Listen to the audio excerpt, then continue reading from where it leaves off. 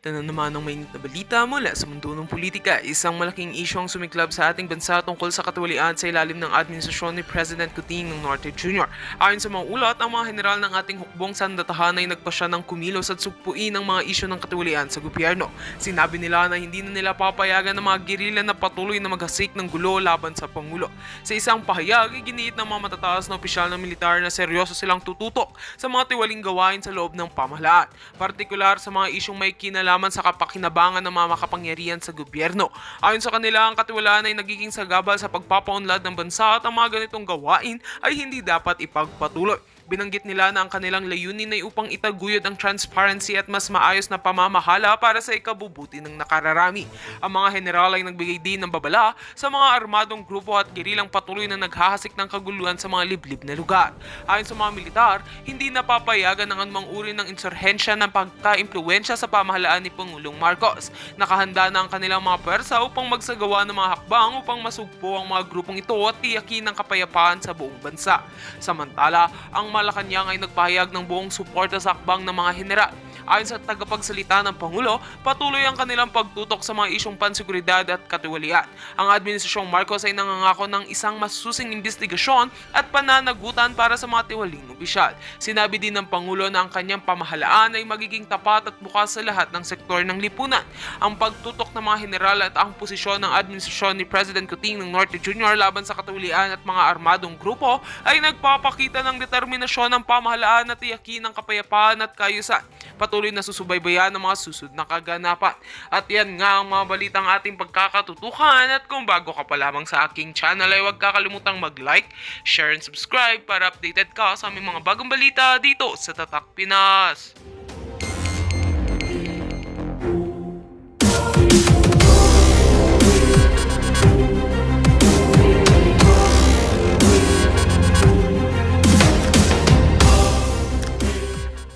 Sa taong bayan. And we will not allow that. No, we will not allow that. So may araw din kayo. Ipunin lang ng ipunin ng taong bayan, lahat yan. Commit it to memory, put it in the heart, para pagka naghudyat ako, buong tapang ninyo, buong galit ninyo, ilalabas ninyo. Sama-sama. Kasi hindi pwede yan. Never, never, never, never na yung sovereign will ng tao ay sasapawan ng mga konting Pilipino na parang mataas pa sa kalabaw. Langaw lang kayo, pinadapo lang kayo ng kalabaw. Yung power ninyo galing sa taong bayan. Tandaan nyo yun, ha? Yung power ninyo galing sa taong bayan, kaya hindi pwede, never mangyayari yon na gagamitin nyo yung power ninyo na binigay lang o pinahiram ng taong bayan na siyang gagamitin nyo para supilin ang taong bayan. Never. No? Because pagka gagawin yon, sorry sa tumatawag. Sorry. Pag gagamitin nyo yun, sa gagawin nating standard. No? When every time merong mga politiko na lilihis sa good governance, papuntang direksyon ng bad governance, papunta sa direksyon ng pagnanakaw, pangungurap, no? Plunder, o yung simpleng abuso, ang mga tao, they will rise up. Okay? They will rise up. Kaya, sa mga mangyayari na sa mga susunod na araw, good luck sa inyo. Good luck sa inyo, hindi naman ako ang ano dyan, taong bayan. Kasi sukdulan ninyong piniga ang taong bayan. Taas ang presyo, taas ang bilihin. Palibasa kayo, libre. Libre. Pera ng taong bayan ang ginagastos nyo. Samantalang ang taong bayan, sarili niyang kayod. Kumayod nga yung taong bayan para kumita kayo, walang niya kayo. Para meron kayong gagastusin. Tinitignan ko nga yung mga sesyon ninyo lintik, mga pagkain pa ninyo, hayop kayo. Kung mag-aasta kayo. Tapos yung mga suit-suit ninyo, lahat yan pera ng taong bayan, mga walang niya kayo. Yung opisina ninyo, yung mga ginagastos dyan na kahit sa tubig nyo imbis na yung mumura tubig, mahalin pa kayo ayop kayo. Magpasasa kayo. And we will correct it, ha? We will correct it. under a revolutionary government. We will correct it. No? Inday Sara, huwag ka nang mag-declare ng revolutionary government para hindi ka buktasan. Kami mag-declare ng revolutionary government. Taong bayan ang mag-declare ng revolutionary government. Para malinis ka, Inday. Yeah. And kung meron mga dapat kasuhan, ako kasuhan nyo, mga putragis kayo, ako kasuhan nyo. Ako harapin ninyo at haharapin ko kayo. Mga hayop kayo, akala ninyo, kayo na nagnakaw, ha? Kayo na gumawa ng kalokohan, kayo na umapi sa Pilipino, kayo pa ang may lakas ng loob na apihin ng taong bayan, yung supilin yung taong bayan, gagamitin yung batas laban sa taong bayan, manggago kayo. Hindi pwede yun. Kaya bilang na yung araw ninyo, sa totoo lang, bilang na yung araw ninyo. Hindi na kayo lalakpas na Enero.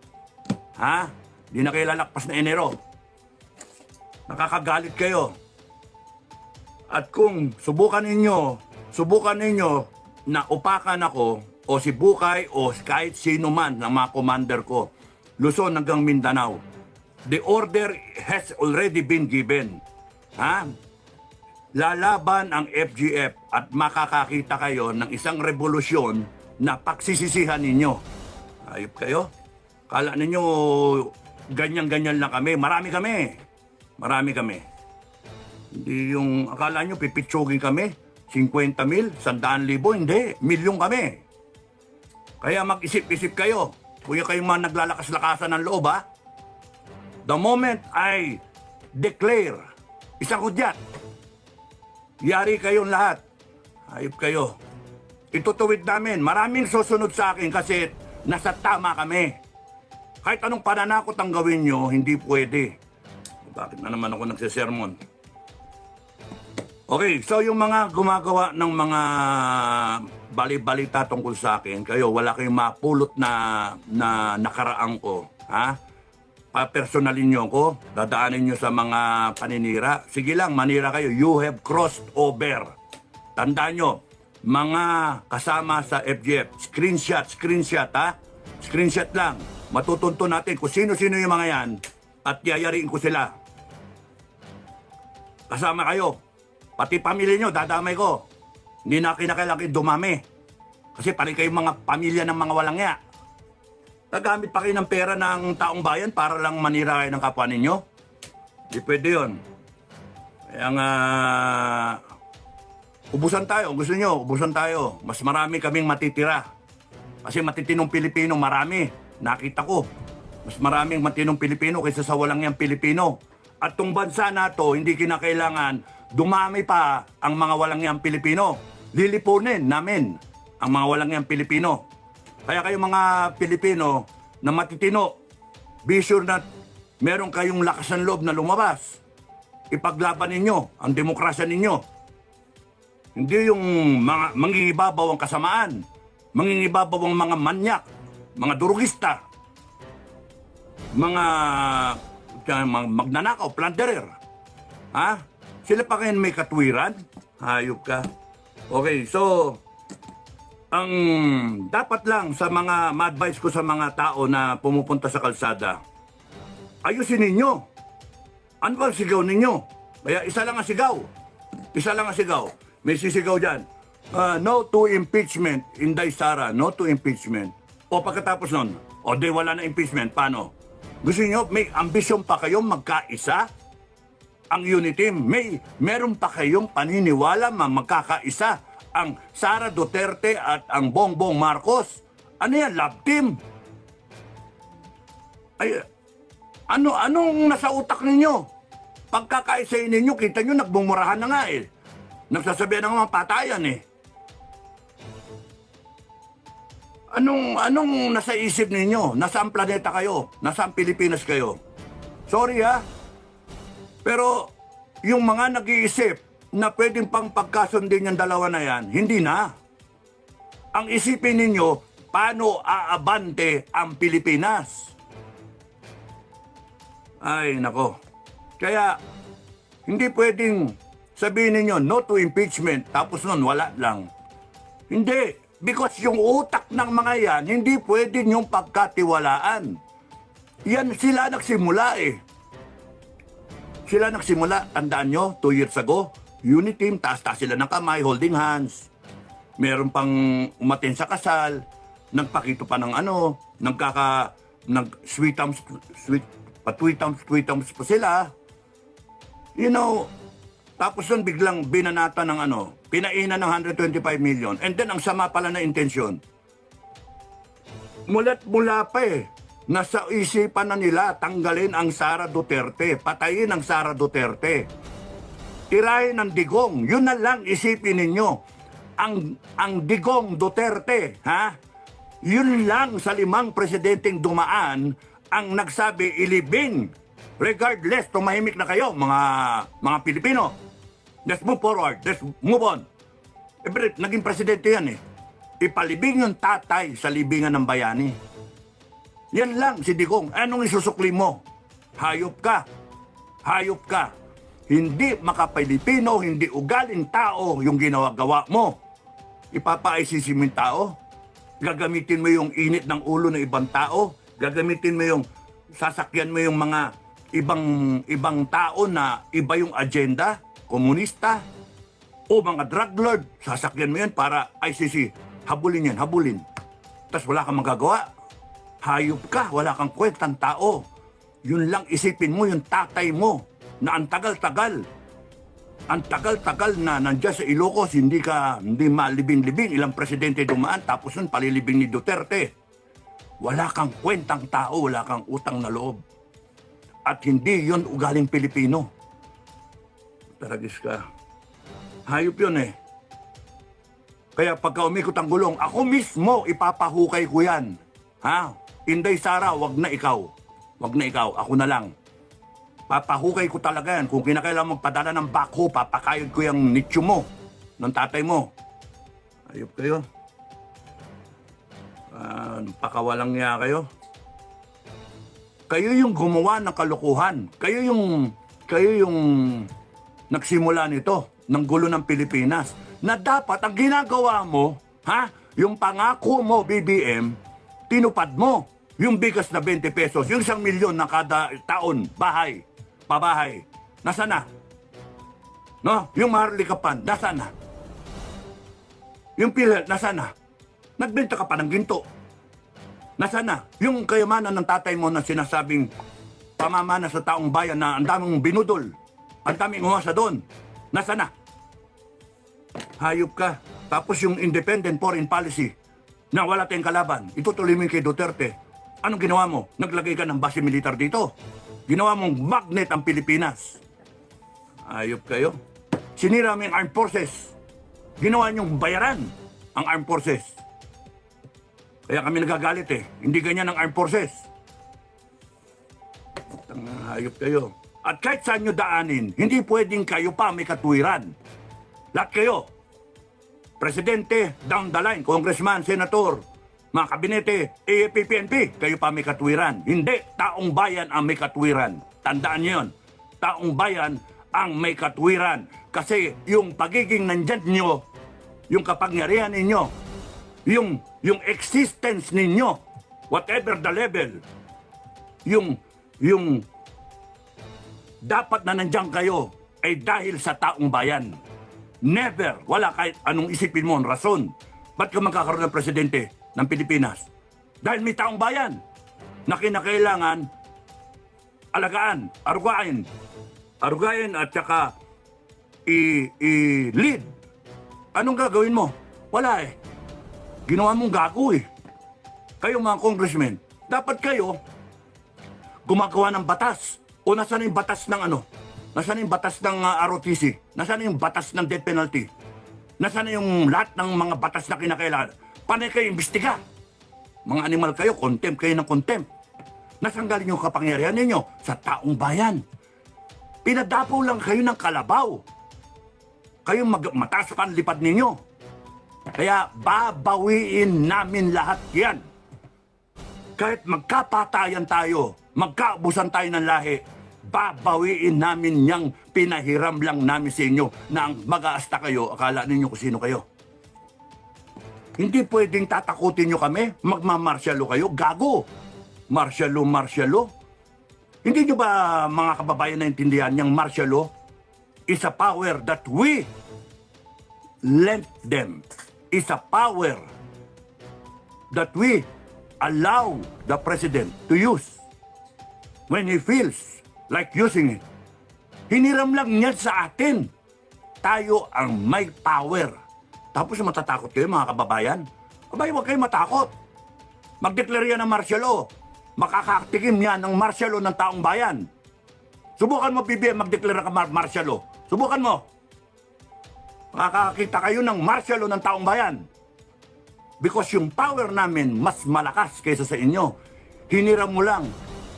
Kunyari, ang binigay lang namin sa inyo from A to D. Ha? From A to K. A to K. Kaya yung L hanggang Z nasa amin pa. And you cannot think of anything else. Kasi kami alam namin. Yung kapangyarihan namin. Kung makaasta kayo, kala ninyo kung sino kayo ah. Ano, matatakot kami? Ano, matapang kayo kasi nandyan yung armed forces para sa inyo? Hindi! Mahati ang armed forces kung hindi sila magbuo na kakampi sa taong bayan. Mahati ang armed forces. Yan ang tandaan nyo. Ano tingin nyo? Lahat ng armed forces bayaran? Walang prinsipyo? May mga pamilya rin yan. Hindi, kaya kayo mga babayan, huwag kayong matatakot sa mga nangyayari. EO 81, tinanggal ang vice president. Tinanggal yung mga presidente. Kung di ba naman bopol yan eh. O, praning na praning, takot na takot. Gusto niyang, babaguhin mo pa, ang tagal-tagal ko nang sinasabi sa mga nakaraang kong vlog. I-convene mo na yung National Security Council. Aba, hindi mo kino-convene. Ngayon babaguhin mo yung sangkap. Gago ka pala eh. Akala mong galing-galing mo. Sinong loko-loko ang nag-advise sa'yo? Ha? Ikaw naman, loko-loko ka rin. Pipirmahan mo ang EO 81. Sinong tinakot mo? Alam mo ba kung bakit merong national security? It's a council. It's a council. And you put in the right people with security clearance, with the right thinking, the right minds, who will give you advice. Para saan yung advice? Because it is about national security, yung future ng taong bayan. Kaya kayo may ganyang power eh. And then, here you are, tatanggalin mo yung vice-presidente mo. Gago ka. Si Duterte, tinanggal ba si Leni? Kahit aanga-anga? Tinanggal ba? Hindi. Kahit nilalabanan niya si Duterte, tinanggal ba niya? Hindi. Because you need in the Security Council all the minds so that you will get the right advice. Because right there, you smack in the middle of it, you are the president. You will hear all the advice and then you will have to decide. You will have to weigh. Tatanggalan mo ng dating presidente. Ba't? Magaling ka na ba? Naka-2 taon ka pa lang. Yung mga dating presidente naka-6 na taon. Yung isa dyan naka-9 na taon. Buhay pa. Oh, si Gloria. Kahit ma-advise ang kanyan sa I am sorry. Ha? At least masabi mo, I am sorry. Gago ka, tanggalin mo sa National Security Council. Eh yun may experience na I am sorry. Loko-loko ka. Presidente kang pulpul. Wala kang alam. You don't deserve to be the president of this country. Ayop ka, tatanggalin mo. Kala mo, galing-galing mo, nakaka-2 taon ka pa lang. Magtatatlo ka pa lang eh. Tatanggalin mo yung Erap Estrada, 2 taon. Gloria Arroyo, 9 na taon. Digong, 6 na taon. Ha? 6 plus 2, 8 plus 9, 17 years of experience as a president. Plus your 2 years of experience as president. Now, tell me, will you come out with the right decision na ang natitira dyan panay hindi naging presidente? Gago! Sira ulo! When yung level ng decision making, pang presidente, ulul. Ilalagay mo secretary. Ilalagay mo congressman, senator. Malay niyan, hindi mga naging presidente yan. Ang pinakakailangan sa National Security Council ay yung mga naging presidente. Kahit tanggalin mo na yung vice president, okay lang. Pero ano yung essence na dyan yung vice president? Counterbalance. Checks and balance. Ay, ano. yung spare tire laging dala ng isang sasakyan. Kahit saan pumunta, kung long trip, 6 na taon na long trip, kinakailangan dyan lagi yung spare tire. Bakit? Para pagka na-flat, yung spare tire, isasalpak agad. You see the genius there sa gumawa ng National Security Council. You see the essence of it. Kinakailangan, whether you like it or not, whether there is a difference, you have to have that vice president there. Because anytime you can go, mamatay ka, ma-overdose ka sana, ma-overdose ka, kakasingot mo, and then isasalpak mo bigla yung spare tire, yung vice president na walang kaalam-alam kung ano nangyayari. Pagka nag-convene ka ng Security Council, mahirap to bring her to speed kung ano ang nangyayari, lalo na kung nagkaroon ng gera with any foreign country. Who the hell advised you to sign EO 81? Whether you were advised, BBM, or you thought it yourself, it is a stupid proposition, a stupid EO. Tanggalin mo yung mga presidente, Diyos ko. Akala mo ang galing mo. Hindi ka pa nga, wala ka pang kalahati. Papunta ka pa lang sa kalahati ng term mo. Nagmamarunong ka. While the previous president, kahit nag2 taon lang yan, he can tell you kung ano yung sitwasyon nung panahon niya. What happened sa BRP Sierra Madre, sa Scarborough Shoal, yung kondisyon ng armed force make you all happy, in a light mood. But he is entitled as a former president to be in that council. Gloria Arroyo, an economist, now a congresswoman, her rich, dating senator, her rich experience, the longest one as President of the Republic. No? 9 years. Kinuha niyo yung kaerap 9 years siya na presidente. That is a rich experience. Why? Makukwento niya sa iyo yung NBN-CTE deal. Maikukwento sa inyo kung ano ba pinagmulan niyang West Philippine Sea na yan. Yung mga oil exploration na yan. Yung gas exploration. Maikukwento niya yung foreign policy nung panahon niya. As it unfolded. Yung WTO. No? Yung mga pagpasok ng mga taxes na yan. Sayang si Ninoy, patay na no? Kahit yung pagka-noy-noying niya, kahit yung pagkadilaw niya, mapapakinabangan mo. That is the beauty of having so many people sa National Security Council na mataas ang level o kasing level mo, Presidente, or better ang experience kaysa sa'yo kasi kompleto sila. Ikaw 2 taong ka pa lang. Kumbaga sa elementary ka pa lang sa edukasyon. Sila, doctorate na. President Duterte, he can tell you anything and everything about build, about the drug war, about corruption, about the oligarchs, about laglag bala, and everything else na ginawa niya in between. He has a rich experience regarding COVID, how he dealt with it, and with a current world trending na pwedeng magkaroon na naman ng biological ek-ek na yan. Nagagamitin ninyo to disperse the rally, ha? Para takutin ang mga taong bayan.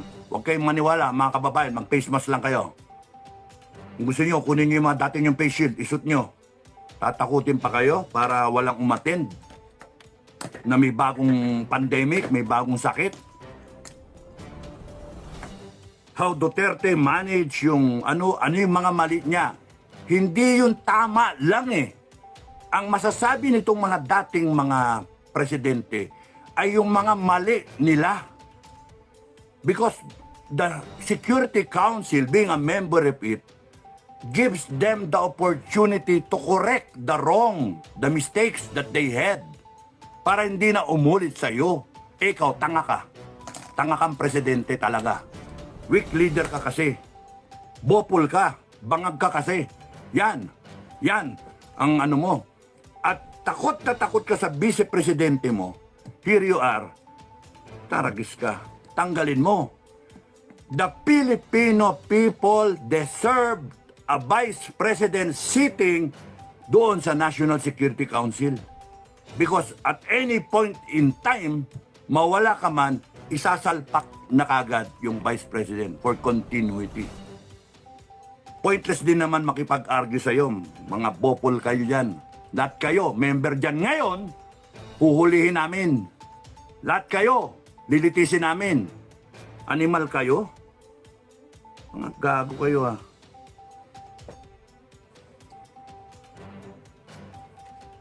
Ayop kayo. Ba't anong tingin nyo, ha? Anong tingin nyo? Kayang-kaya nyo pitik-pitikin yung taong bayan? No! Cannot be. 119 million Pilipinos, palagay mo 20 million tulog sa kangkungan, another 50 million, walang pakialam, ha? Meron pang 50 million. Who will stand up against you people? There, plundering the country.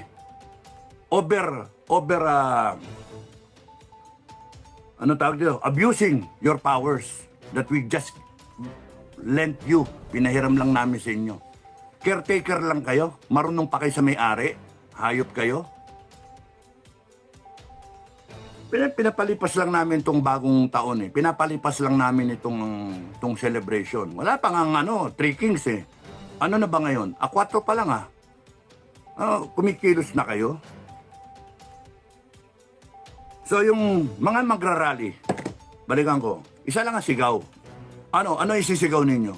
Ha? May magsisigaw, no to impeachment. Eh paano? Kunwari walang impeachment, pero tinuloy pa rin. Eh meron na nga sinasabi, may 4 na impeachment complaint eh. Paano na? Magrarally kayo nationwide. INC, magandang umaga sa inyo, Happy New Year sa inyo. Magrarally kayo. Meron akong mga nakausap na ANC. Yung iba nga, hindi sasali eh. Iba, hindi sasali. So, right nila eh. Naayos si Mali. Kasi, ba't sila sasali? Hindi nila nakikita yung liwanag. Ano yan? Rally. And then what? Diba? Pagka mag-rally ka kasi, dapat may objective. Ano objective mo? Tatakutin mo gawin. Gusto nyo magkabati. Isi Inday. Eh, tanungin nyo na muna yung dalawa. Ikaw, Marcos. Payag ka ba? Bati.